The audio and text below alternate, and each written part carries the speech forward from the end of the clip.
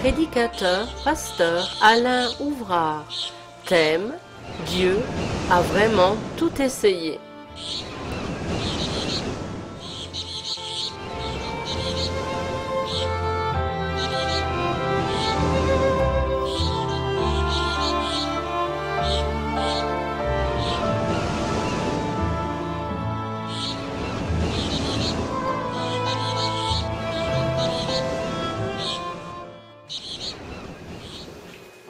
Ouvrez notre Bible, je propose que nous fassions deux lectures.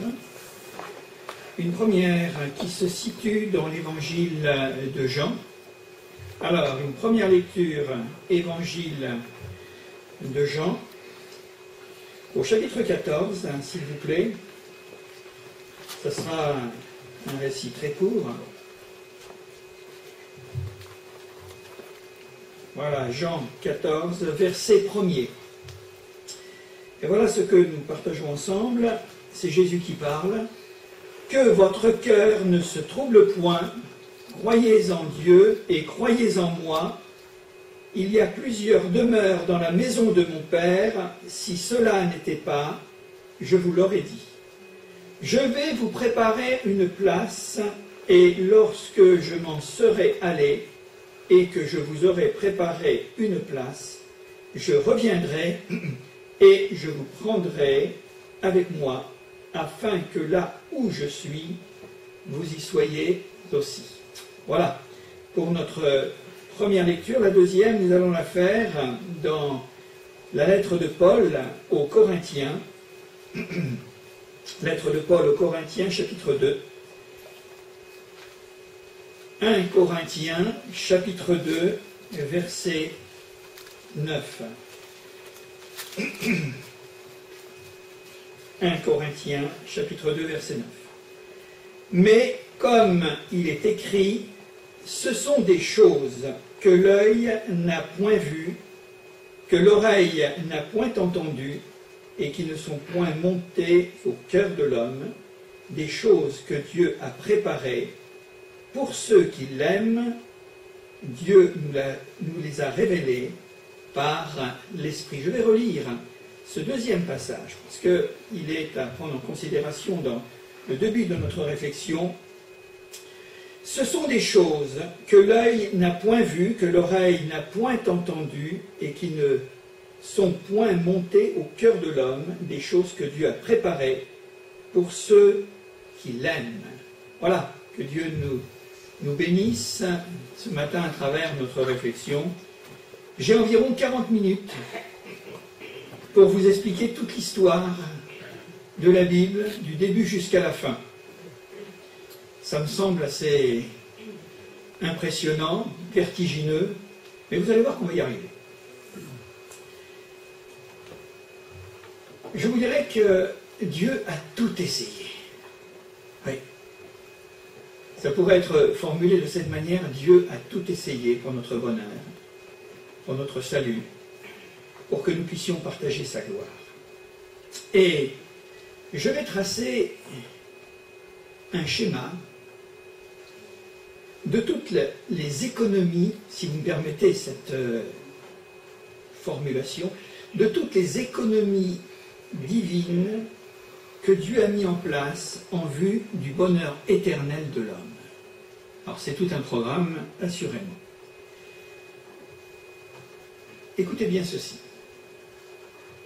Dès les origines, la création dans le jardin d'Éden, que l'on appelle communément le paradis terrestre, avec ses caractéristiques où l'amour, la confiance étaient sans ombre.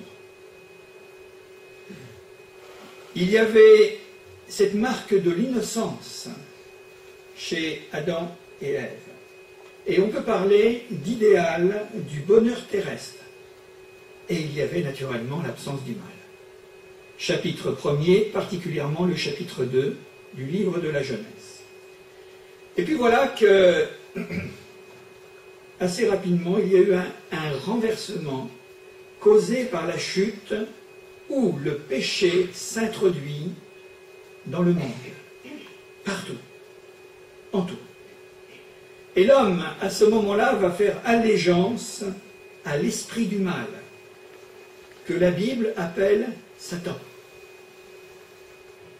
Les conséquences, elles ne vont pas tarder à arriver, c'est la souffrance et la mort. Et peu à peu, l'homme perd la notion de l'existence de son Créateur et il va se mettre à adorer des faux dieux. Sa religion, sa croyance, sa foi devient idolâtrie. En allant un peu plus loin, Dieu fait un pas vers sa créature corrompue, dans la déchéance, qui ne reconnaît plus rien du tout. Et des hommes, à ce moment-là, dans l'histoire biblique, retrouvent le sentiment du divin. Il y a des hommes fameux, tels qu'Enoch, tels que Noé, Abraham, et tous les patriarches descendants d'Abraham. Un long chemin solitaire est engagé vers la foi. Les hommes vont pas sans dire que le monde, il n'est pas uniquement ce qu'ils voient. Mais il y a là une dimension qui va naître dans le cœur de ces hommes. Un homme qui était appelé le père de la foi, c'est Abraham. Lui, il nous donne véritablement de grandes leçons. Alors Dieu parle à ces hommes. Il leur parle. Et il fait des promesses. Et ce sont des promesses de bénédiction. Oui, des promesses de bénédiction. Puis vient le temps, issu de ces croyants de la première heure, de ces croyants pionniers que nous avons cités il y a un instant, puis vient un peuple. Un peuple apparaît avec lequel Dieu fait une alliance. C'est Israël. Elle va devenir la nation élue. Et Dieu va lui donner une loi. Il va lui donner, pour être plus simple, la loi. Et cette loi leur est révélée à Sinaï par un grand homme qui saura obéir à Dieu, c'est Moïse. Et sur près de 1500 ans, le régime de la loi sera la règle de vie, cadré par l'obéissance stricte aux commandements. Il n'y aura pas d'écart, ça sera comme ça. On connaît les 10 commandements, mais il y en a des centaines et des centaines d'autres qui sont contenus dans la Bible. Et cette loi va être un pédagogue, comprenez? Une instruction, une sorte de professeur, un pédagogue pour apprendre qui est Dieu, ou réapprendre aux hommes qui est Dieu, dans sa sainteté, dans sa justice, dans toutes ses prérogatives, dans son caractère même. Mais cette loi donne une notion d'un Dieu qu'il faut craindre. Oui, parce que c'est marqué par la crainte.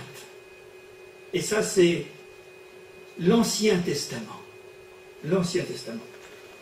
Mais nous allons comprendre par la suite que, cependant, cette dispensation légale, divine, est parfaite. Je ne reprends que la pensée de l'apôtre Paul qui nous dit que la loi de Dieu, elle est sainte, elle est juste, elle est parfaite. Voilà. Alors, cette dispensation légale met l'homme en échec continuellement, en permanence. Alors pourquoi? Parce que l'Écriture sainte nous révèle qu'il est absolument, et j'insiste sur la terme, absolument impossible que l'homme vive sans transgresser les commandements de Dieu sans péché. Pas possible. Il peut réussir une grande quantité en disant « j'y suis arrivé », mais il y aura toujours un moment ou un autre de sa vie où il va achoper. Donc, il lui est impossible de faire la volonté de Dieu. De ce fait, la loi devient caduque. Elle devient impossible à réaliser. Alors, le salut est ailleurs. Le bonheur de l'homme est ailleurs. Les destinations de l'homme sont ailleurs. Et Dieu va instiller dans le cœur des hommes, même de son peuple Israël, le sentiment, l'aspiration profonde d'un sauveur. De quelqu'un qui va venir, qui viendra et qui sauvera. Alors une nouvelle économie est nécessaire. Parce que la justice de Dieu exige, pour l'expiation du péché, que quelqu'un se sacrifie pour sauver les autres. Dans la loi mosaïque, il y avait toutes sortes d'ordonnances, un cérémonial, un rituel, qui faisait que pour l'expiation du péché, cette notion du péché était bien présente à cause de la loi. Et il y avait des milliers et des millions d'animaux qui ont été sacrifiés, c'est-à-dire que le sang devait couler pour l'expiation du péché. Mais ça va devenir eh bien là quelque chose qui va être obsolète. Et Dieu va concevoir, mais il l'avait déjà conçu depuis les premières heures de la chute, qu'il viendrait quelqu'un. Donc un sauveur, un salut, pour eh bien, faire que les hommes puissent retrouver la voie, le chemin de Dieu, retrouver la communion avec Dieu, et qu'il mourrait pour tout le monde, pour tous les autres. Alors entre en scène Jésus-Christ et son évangile. Je dis bien Jésus-Christ, la personne, et son message, l'évangile, qui est avant tout une bonne nouvelle, non plus pour les Juifs, seulement pour les Juifs, mais pour le monde entier. Ce salut, cette pensée du cœur de Dieu va devenir universelle. Désormais, et je dis bien qu'à partir de ce moment-là, désormais les relations à Dieu sont radicalement changées. Fini la loi. Voilà le règne de la foi et du royaume de Dieu. Jésus, quand il est apparu, a bien marqué par le fait que le royaume de Dieu s'est approché de vous. Première parole que nous trouvons dans l'évangile de Matthieu, et puis bien naturellement dans les autres. Règne de la foi et du royaume de Dieu, vécu non dans l'extérieur religieux, mais au fond des cœurs. Ce n'est plus l'extérieur qui compte à ce moment-là, ce n'est plus l'apparence, ce n'est plus les effets, mais c'est quelque chose qui est beaucoup plus profond, intériorisé, c'est-à-dire le cœur de l'homme. Et enfin les hommes ne sont plus sauvés sur la base uniquement de l'obéissance, et j'ajouterai de l'obéissance servile, qu'imposait la loi de Moïse. Ce n'est plus par les mérites, ce n'est plus par l'effort humain, mais seulement parce que l'on croit ce que Dieu maintenant nous dit. Dieu parle, il tient parole et il nous demande de croire ce qu'il nous dit. Cette parole qui a été redécouverte par Luther au moment de la Réforme, ce n'est pas par les œuvres que nous sommes sauvés, mais c'est par la foi et c'est une grâce de Dieu. Et ça fait le tour du monde depuis. Ça fait le tour du monde. Alors, on obéit. L'homme maintenant obéit parce qu'il aime. Ça change tout.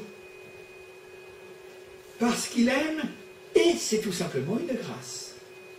Il n'a rien à voir dans cette affaire, sinon l'engagement de sa confiance. Et une chose va se produire, c'est que l'homme est désormais enfin libre en conscience. Oui. Il y a une autre loi supérieure, qui n'est plus la lettre, mais qui est l'esprit. Une loi qui le libère dans son cœur, dans ses pensées, dans sa conscience. Nous en arrivons à ce que nous sommes aujourd'hui. Nous sommes dans les temps de la grâce. Nous sommes encore dans les temps de la grâce. Et on l'a appelé l'ère de la grâce. C'est une belle expression qui trouve et qui trouvera son terme, oui parce qu'il y a un terme à tout, je dois le dire, comme il y a un terme à la loi, il y aura un terme à la Grèce, et qui trouve son terme par ce qu'annonce l'Apocalypse de Jean. Nous sommes en pleine étude en ce moment, depuis le mois de septembre, sur le thème de l'Apocalypse. Et je voudrais donner un prolongement, enfin une autre vision peut-être des choses. L'humanité, et c'est certainement ce que nous ressentons par la désaffection de la foi, où tout simplement, eh bien, de plus en plus de gens virent ou se tournent vers l'athéisme ou l'athéisme pratique, tout en confessant peut-être croire en Dieu, mais n'en faisant rien de pratique, n'en faisant rien de concret. Alors l'humanité, et c'est peut-être la marque de notre temps, puisque Paul le dit, que dans les derniers temps il y aura des jours difficiles, les hommes seront ceci, cela, etc. Ils auront l'apparence de la foi, l'apparence de la piété, mais ils en renieront ce qui font la force. Et nous allons dans ce temps-là. L'humanité, alors à ce moment-là, refuse, et refusera dans les derniers temps la grâce, et à nouveau, il y aura le retour au régime de la loi. Comprenez bien cela. Un retour au régime légal, une sorte de jardin d'Éden retrouvé avec cette différence. C'est que Christ règne et que le diable, le tentateur, est lié et il est empêché de séduire durant 1000 ans. C'est ce qu'on a appelé le millénium. Vous suivez? Oui, je vous ai déjà expliqué en quelques minutes ce que pouvait être comment dire, l'approche en diagonale, on pourrait dire, pour résumer. Oui. Et le millénium sera cette société humaine dont les hommes rêvent aujourd'hui, mais sans Dieu. C'est encore construire Babel, mais en disant à Dieu, on n'a pas besoin de toi. C'est 1000 ans. Société humaine idéale, où la connaissance du bien et du mal sera le propre de chacun. Chacun saura. Aujourd'hui, dans notre monde, il y a beaucoup d'ignorance. Il y a beaucoup de peuples, beaucoup de nations qui ont encore besoin d'entendre le message évangélique, entendre le message de Jésus-Christ. Mais dans le millénium, chacun saura. Tout le monde comprendra ce que ça veut dire. La connaissance du bien et du mal sera le propre de tous les hommes, mais à une différence, sans la tentation. Il n'y aura plus de tentateur. Donc il n'y aura plus de tentation. Ça changera un petit peu, on a du mal à s'imaginer ce que ça peut être. Dans un monde où il y a des pressions, où il y a la chair, où il y a notre nature, où il y a cette dualité en permanence, où nous sommes tiraillés de droite et de gauche entre faire la volonté de Dieu et faire la nôtre, en trouvant toutes sortes... Ça s'appelle la faiblesse. Écoutez bien. Alors, à ce moment-là, alors, celui qui péchera ne péchera plus par faiblesse, comme c'est notre cas, mais d'une façon délibérée et déterminée en disant « moi, je pêche à main levée parce que ça me plaît de pécher ». À main levée, faisant la preuve de son amour pour le mal, pour l'injustice, pour ce qui est contraire à ce qu'il connaît. Et comme la grâce aura disparu, oui, eh bien la loi sera appliquée tout simplement dans toute sa rigueur. Mais ce n'est pas fini.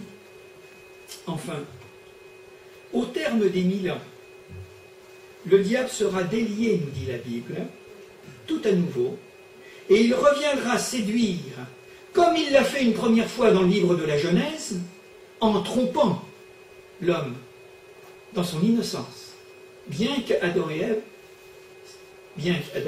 sache ce que Dieu lui avait dit. Tu ne toucheras pas de l'arbre de la connaissance du bien et du mal. Ça, c'est tout le mystère. Qu'est-ce que c'est que l'arbre de la connaissance du bien et du mal? Mystère de l'iniquité, nous dit Paul. Alors il reviendra séduire une dernière fois l'humanité, laquelle, en connaissance de cause, écoutez bien, comme au premier jour de l'Éden, eh bien cette humanité se ralliera encore et optera pour suivre le mal et le malin, et ça sera la fin du monde, le jugement dernier. Et on y arrive à mettre tout ça au fur et à mesure, et le dire en quelques mots. La conclusion de cette première partie sera la suivante. Nous avons, il y a un instant, passé en revue les 7 économies ou régimes, de Dieu pour sauver l'humanité perdue. Je rappelle le texte que nous avons lu tout à l'heure, écoutez bien, dans une version moderne de la Bible. Cette sagesse, nous dit Paul, dans 1 Corinthiens 1 et 9, on l'a lu tout à l'heure, mais je le dis d'une autre manière. Cette sagesse que nous annonçons, fait partie de ce que l'œil n'a pas vu, de ce que l'oreille n'a pas entendu, ce que l'imagination humaine même n'a jamais soupçonné et que Dieu réserve pour ceux qui l'aiment. C'est ça tout le plan de Dieu.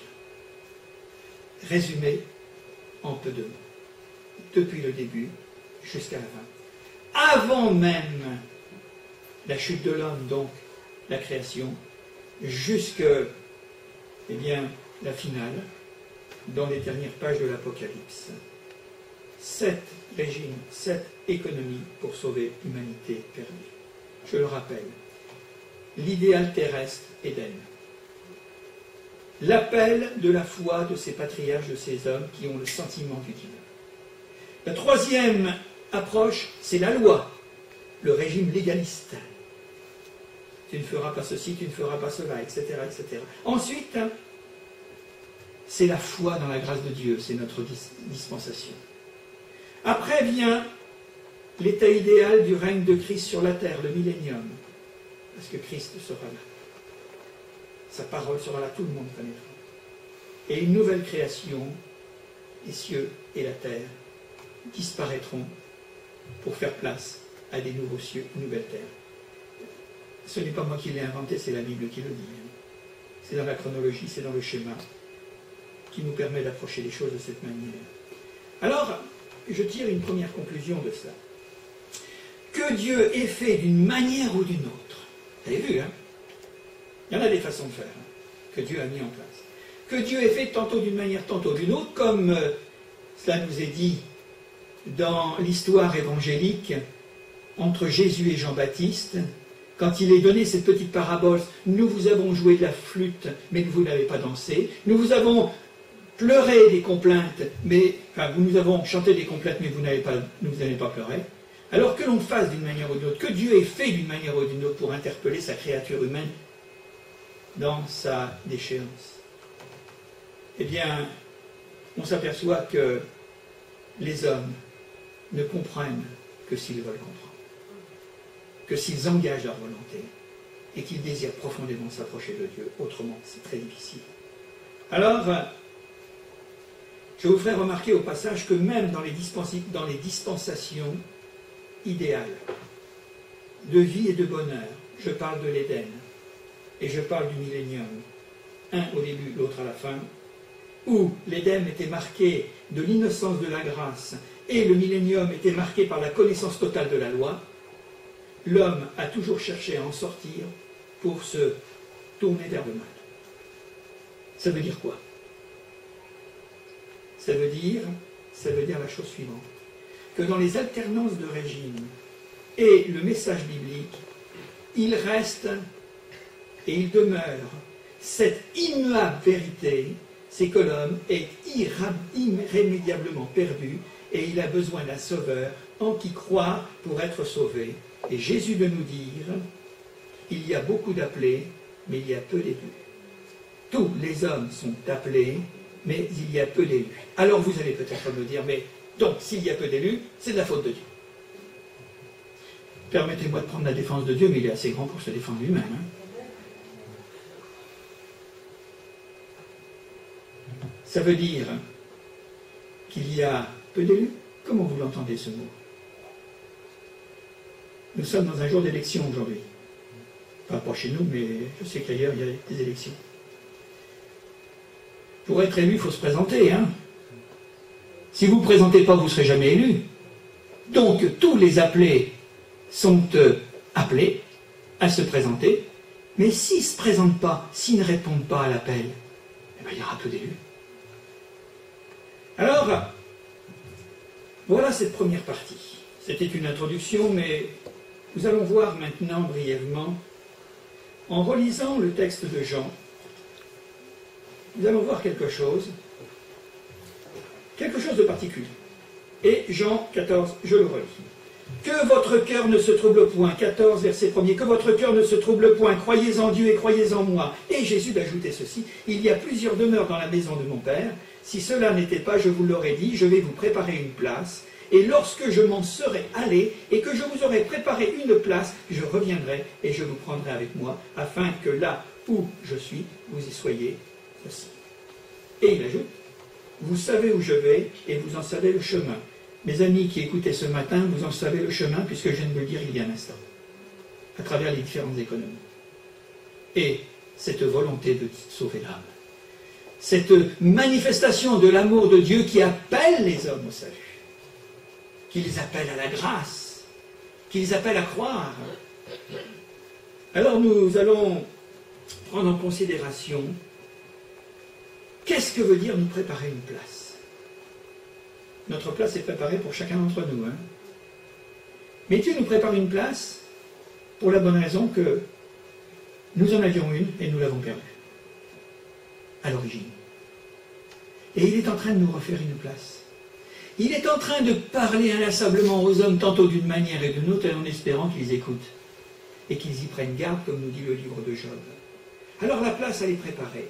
Et vous avez remarqué, je souligne, et lorsque je m'en serai allé, parce que Jésus est venu faire l'expiation des péchés en mourant sur la croix, il est monté au ciel, et il nous parle, et il nous dit qu'il va revenir, et que je vous aurai préparé cette place, je reviendrai. Et c'est sur ce reviendrai que maintenant je vais continuer la suite, que je vais donner la suite. Je reviendrai. Ce qui nous amène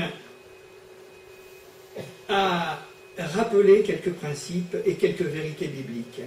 Il est particulièrement intéressant de se rappeler le déroulement des événements cruciaux qui vont précéder ou présider le retour de Jésus-Christ et ses conséquences, autant pour l'Église que pour le monde. Autant pour l'Église que pour les hommes qui sont à l'extérieur. Alors nous allons faire appel à la prophétie biblique, c'est-à-dire celle de l'Ancien Testament, mais également à la prophétie évangélique. Il y a une première phase qui va se produire.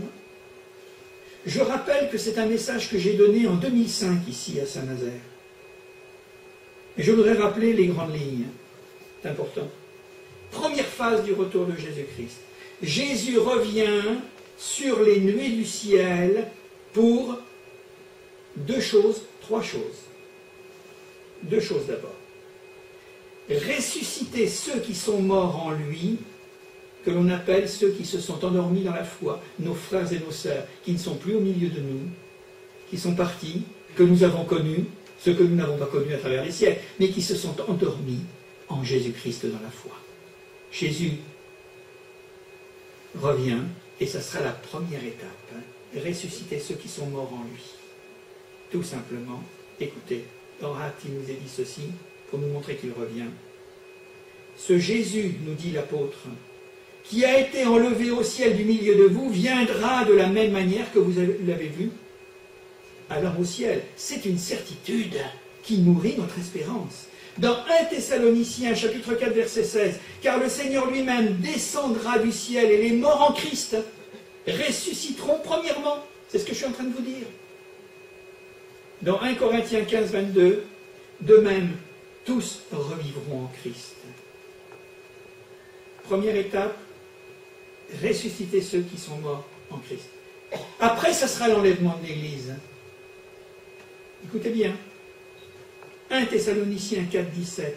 Nous les vivants qui serons restés. Vous êtes encore là, hein?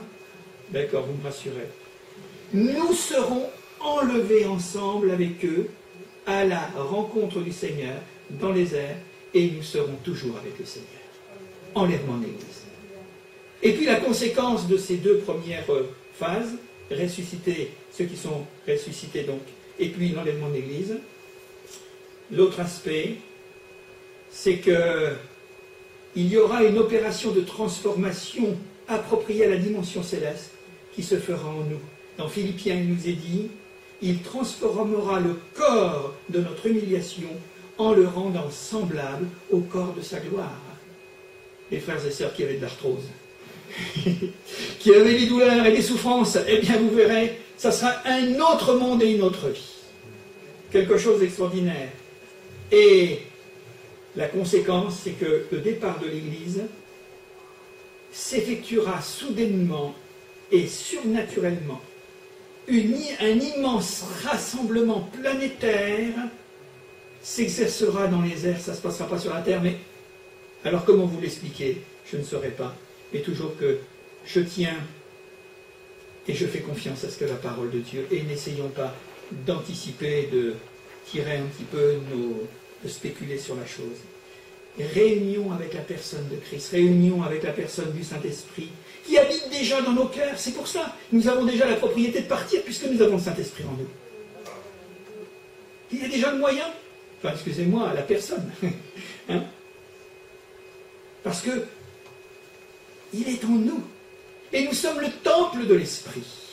Le Saint-Esprit quittera la terre à ce moment-là, au moment de l'enlèvement de l'Église, ce qui permettra à l'Antéchrist de se manifester dans sa dimension diabolique. Il nous est dit que l'Antéchrist attend que, finalement, eh bien là, l'Esprit, l'Église disparaissent pour donner libre cours. Dans 2 Thessaloniciens 2, 6, 8, alors paraîtra l'impie que le Seigneur détruira par le souffle de sa bouche. Résumons la première étape. Résurrection des hommes de foi. Les vivants d'alors seront enlevés dans un départ soudain et surnaturel, laissant le monde incrédule entre les mains de son destructeur. Mes frères et sœurs, on ne sera pas là. On ne sera plus là. Vous pouvez vous rassurer, hein? On m'a posé la question déjà plusieurs fois. Qu'est-ce que ça va être? La deuxième phase maintenant. Tous les chrétiens et croyants de l'Ancienne Alliance, tous les chrétiens, passeront au tribunal de Dieu. Attendez. Qui s'appelle pour nous le tribunal de Christ. Et, je l'affirme, ce ne sera pas un tribunal de condamnation. Romains nous dit qu'il n'y a plus de condamnation pour ceux qui sont en Jésus-Christ. Romains chapitre 8, verset 1er. Il n'y a plus de condamnation pour ceux qui sont en Jésus-Christ. On a parlé de la loi. C'est fini pour nous la loi. C'est la grâce. Rassurez-vous. Soyez tranquillisés. Et qu'est-ce que c'est que ce tribunal de Christ? Dans 2 Corinthiens, chapitre 5, verset 10, « Car il faut que nous comparaissions devant le tribunal de Christ, afin que chacun reçoive selon le bien ou le mal qu'il aura fait, étant dans son corps. » Paul poursuit dans 1 Corinthiens, chapitre 3, verset 13, « L'œuvre de chacun sera manifestée, car le jour la fera connaître, parce qu'elle se révélera dans le feu, et le feu éprouvera ce qui est l'œuvre de chacun, de l'or, de l'argent, des pierres précieuses, ou alors du foin, du chaume, ce qui disparaîtra. » Nous sommes à la deuxième phase, frères et sœurs. La troisième phase est une phase glorieuse. Je dis bien et je souligne l'adjectif glorieuse. Ça sera les noces de l'agneau.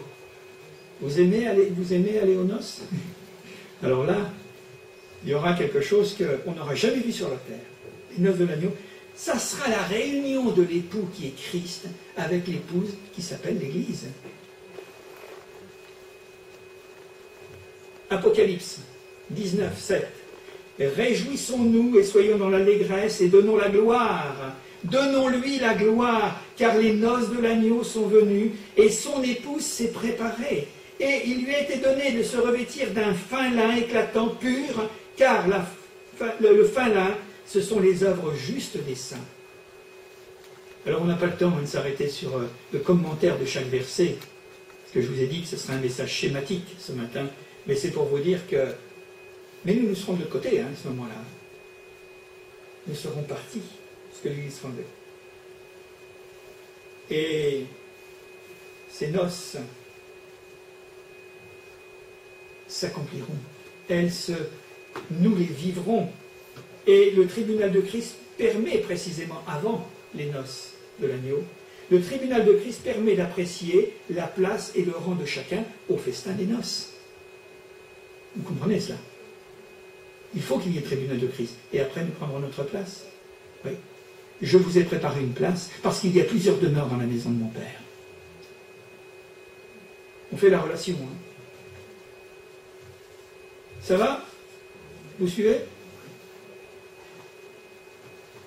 Pendant ce temps glorieux, pour l'Église enlevée, sur la terre, alors là on parle de la terre, parce que jusqu'ici on regarde toujours en haut, là-bas on regardera en bas.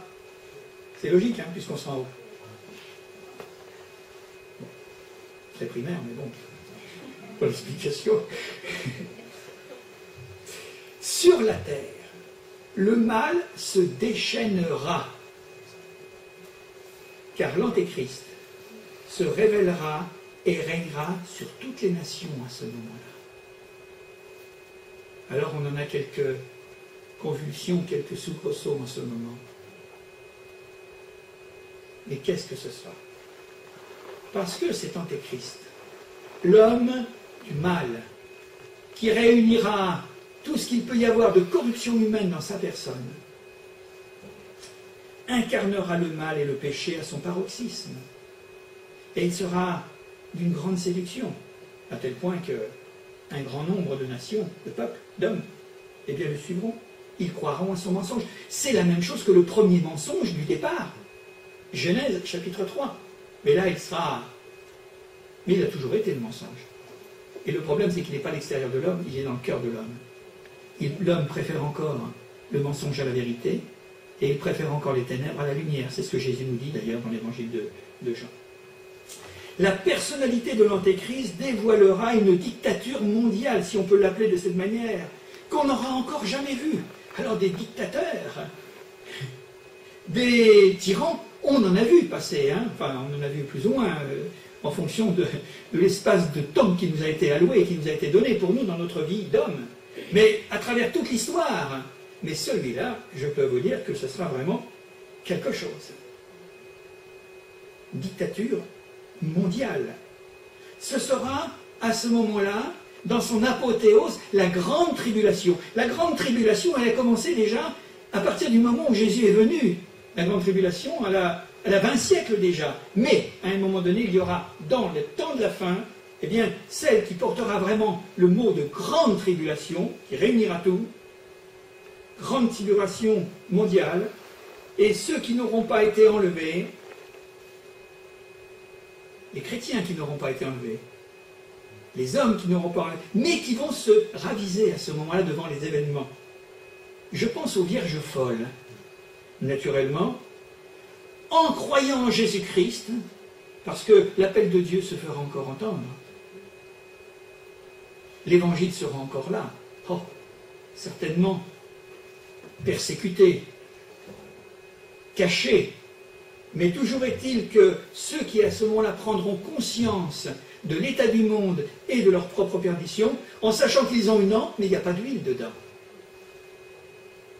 Alors, ils croiront, ils crieront à Jésus-Christ, ils demanderont pardon de leurs péchés, mais qui refuseront d'adorer l'Antéchrist, de recevoir sa marque, le paieront au prix de leur vie.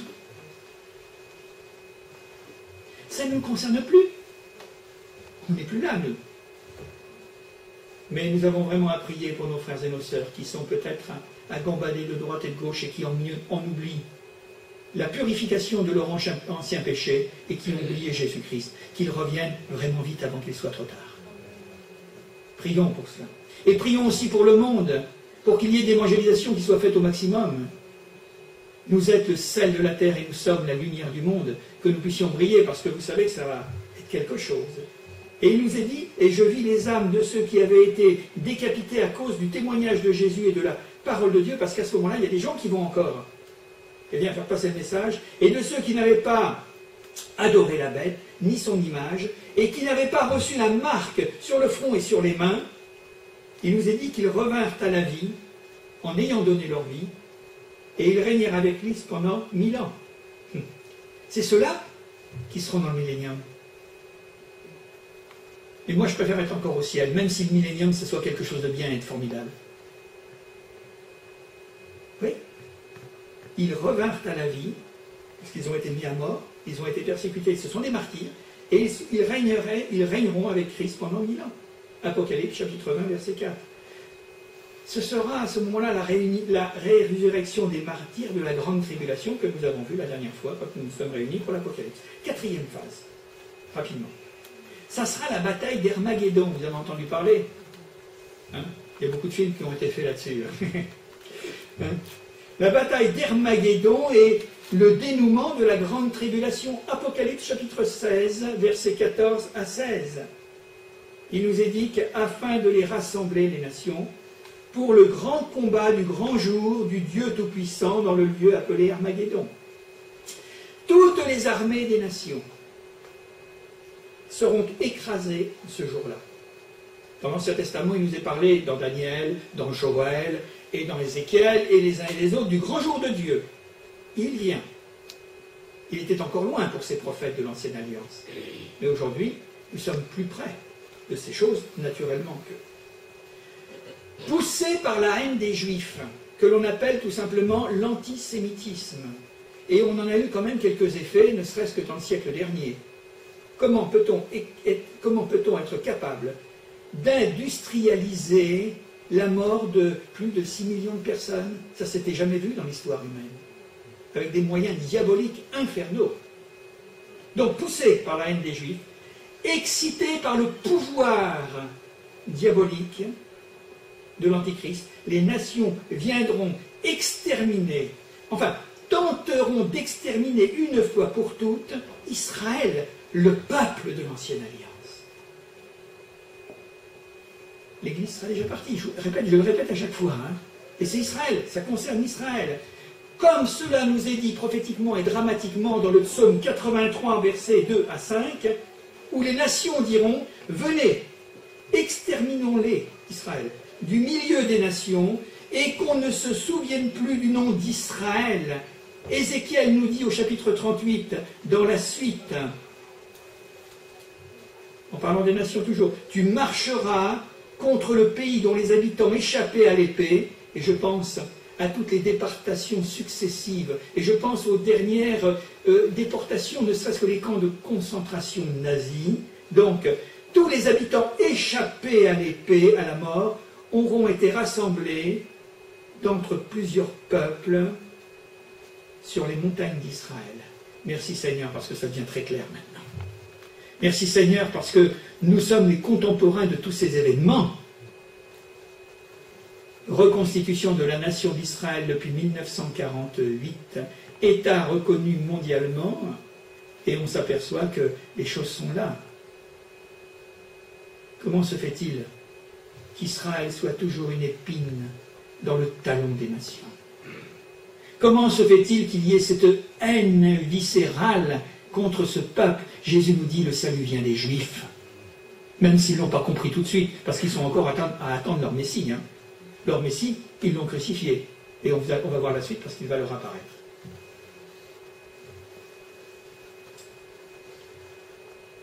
Ces nations haineuses suivront la politique suicidaire de l'Antéchrist, et ils seront anéantis dans le lieu que je vous ai dit tout à l'heure, par l'apparition visible et glorieuse du Seigneur Jésus.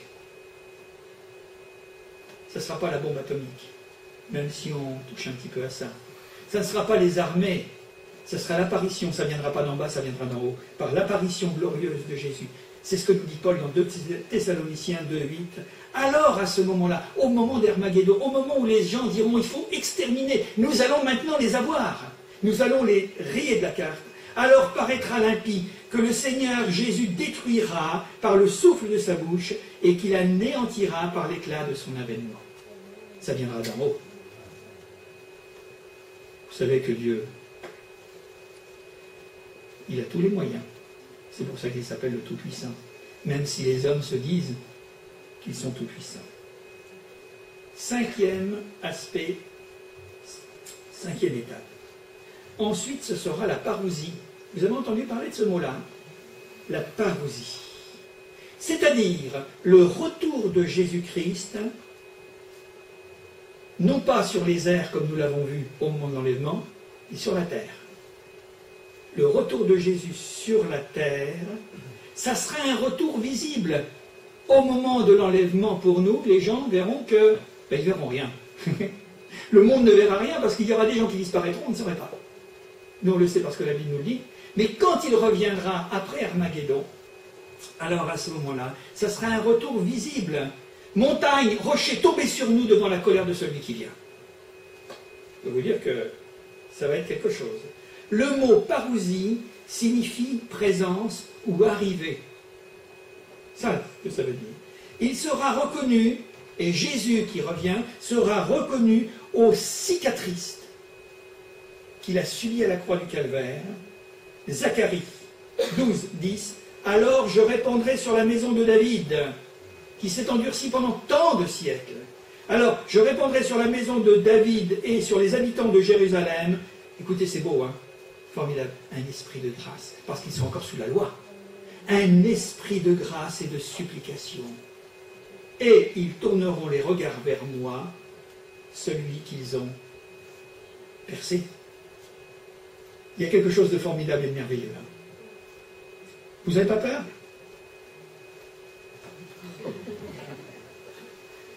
Bah, écoutez, on n'a pas à avoir peur. On est du bon ou du mauvais côté? Vous ne savez pas? Ouais, vous allez m'entendre encore pendant quelques années. Hein.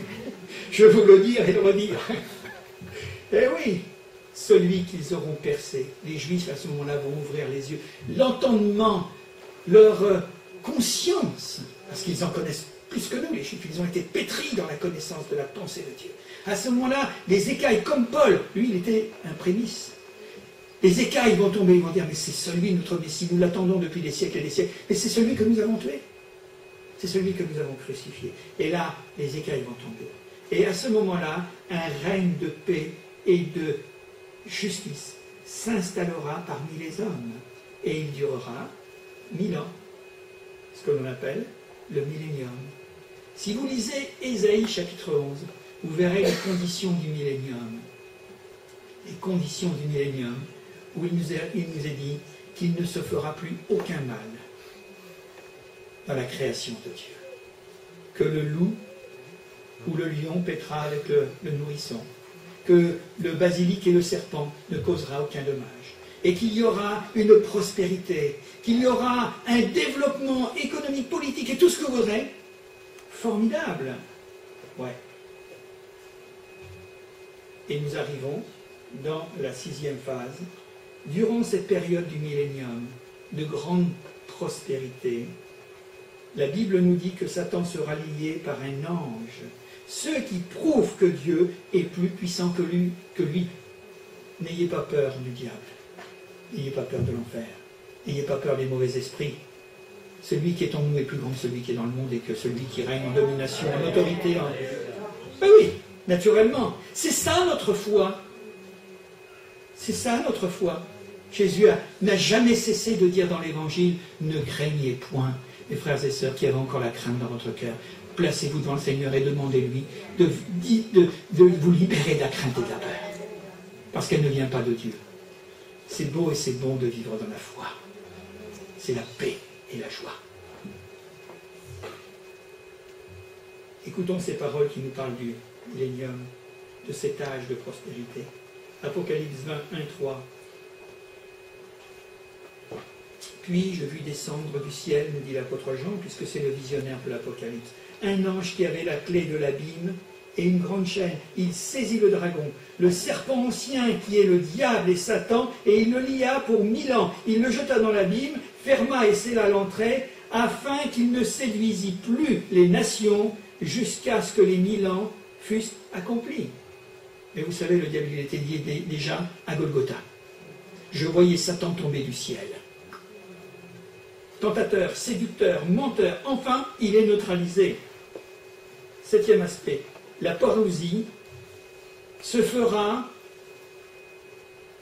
la parousie fera que quand Jésus descendra sur la terre, d'une manière visible pour tous les hommes, il s'installera, nous dit la parole de Dieu, sur le trône de David à Jérusalem. Jérusalem deviendra la capitale mondiale. On l'appelle la ville de paix. On l'appelle la ville du grand Dieu. Et pourtant, depuis des temps et des temps, Jérusalem est en guerre. Ville de paix, capitale du monde. Jérémie 3, 17. En ce temps-là, on appellera Jérusalem le trône de l'Éternel. Toutes les nations s'assembleront à Jérusalem au nom de l'Éternel. Et on montera Jérusalem du monde entier. Non plus pour faire la guerre, parce que ça sera fini. La vallée de Jisraël aura toutes les dépouilles d'un monde mauvais. Et là, maintenant, ça sera fini. Et il sera accompagné de myriades de croyants, nous dit la Bible, rendus semblables aux anges. Vous le trouverez dans Luc, chapitre 20, 35, 36. Vous pourrez lire ça. Il faut que je passe rapidement. Et à ce moment-là, les hommes serviront le Seigneur, le roi des rois. Et nous en arrivons à la 8e phase. J'arrive bientôt à la fin. Si beau que soit le millénium, ouais. Si beau que soit le millénium ou royaume de Dieu sur la terre, ça ne sera pas encore le ciel. Eh oui, pas du tout. Dans toute sa pureté. Après ce temps béni, encore une fois, ça sera la dernière fois, je l'ai vu tout à l'heure en préambule, les hommes refuseront d'écouter la voix de Dieu. Alors appelés à exprimer leur volonté par contrainte, sans contrainte, ils se laisseront à nouveau séduire par le tentateur qui sera délié pour un peu de temps. Apocalypse chapitre 27 et 10, c'est ce que nous avons lu tout à l'heure. 9e, avant-dernière étape, alors viendra le jugement dernier. Tous ceux qui auront refusé de croire au message d'appel de Dieu, ceux qui auront foulé aux pieds le sacrifice de la croix, ce cadeau royal de la grâce, comparaîtront devant le grand trône blanc. On n'est déjà plus là depuis bien longtemps, nous. Et ce sont les hommes qui seront restés. Les hommes du millénium. Et qui auront dit, on connaît la volonté de Dieu, mais on a envie de faire notre volonté. On connaît le bien de Dieu, mais on a envie de faire le mal. On connaît la justice, mais nous avons envie de pratiquer l'injustice. Dieu nous parle d'amour, mais nous, on a nos cœurs remplis de haine, et on aime la haine. Terrible, hein? Apocalypse 20, 11. Chacun fut jugé selon ses œuvres. Ça ne sera plus le tribunal de Christ, là. Le tribunal de Christ, c'est pour nous. Ça sera pour les autres. Et la mort et le séjour des morts furent jetés dans les temps de feu, ainsi que quiconque ne fut pas trouvé écrit dans le livre de vie. Apocalypse 21, 8. Mais pour les lâches, les incrédules, les abominables, les meurtriers, les homicides, ou les enchanteurs, les idolâtres, et tous les menteurs, leur part sera dans les temps ardents de feu et de soufre, qui est la seconde mort. La mort éternelle, qui vient complètement à l'inverse de la vie éternelle. Oui. C'est simple. Hein? Quiconque croit dans le nom de Jésus a la vie éternelle en lui. Bon. Qui est la séparation pour toujours avec Dieu. Et la dernière phase, qui résume tout, et qui conclut notre réflexion, eh bien, Dieu fera un nouveau ciel, ou des nouveaux cieux, et une nouvelle terre. Pierre 3. 2 Pierre 3, 10, 14. 10, 14. Il est dit, le jour du Seigneur viendra comme un voleur. En ce jour-là, les cieux passeront avec fracas, les éléments embrasés se dissoudront, et la terre, avec les œuvres qu'elle renferme, sera consumée. Puis parce que tout cela est en voie de dissolution, combien votre conduite et votre piété doivent être saintes. Hâtez et attendez l'avènement du jour de Dieu, jour à cause duquel les cieux seront enflammés, et ils se dissoudront, et les aimants embrassés se fondront.